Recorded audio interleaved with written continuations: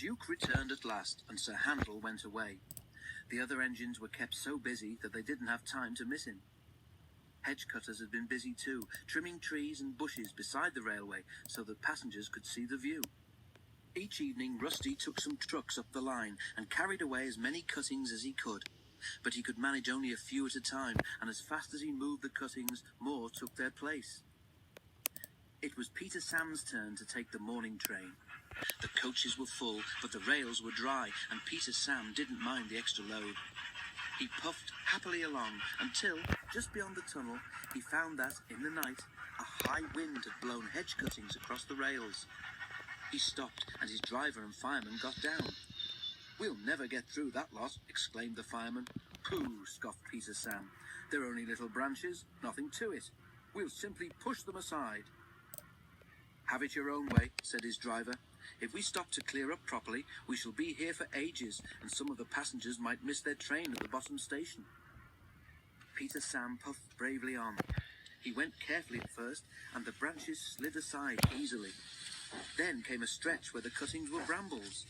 Peter Sam began to regret his boasting. Not only were the thorns prickly, but they caught in each other, and the branches stayed firmly put. "Ouch!" exclaimed Peter Sam suddenly, and stopped.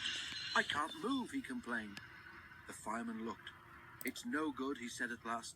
"You've got brambles caught in your valve gear, and steam can't get into your cylinders. We shall have to cut you out." Peter Sam shuddered. He shut his eyes and prepared for the worst. The fireman pulled on thick gloves. Then, while he tried to clear what he could, the driver went to ask the guard if he had a knife. Some of the passengers had knives too, and came to help.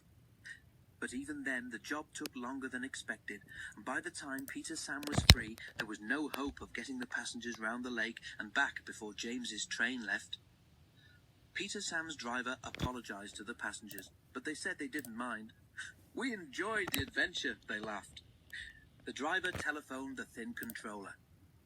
On the way home, they passed Rusty, pulling a long train of trucks. Rusty worked hard, and by afternoon the line was clear for trains to run normally.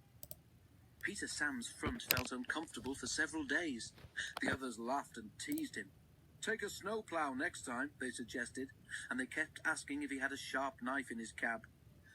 At last Skarloey told them to stop. "I really can't think what all the fuss is for," remarked Duncan innocently.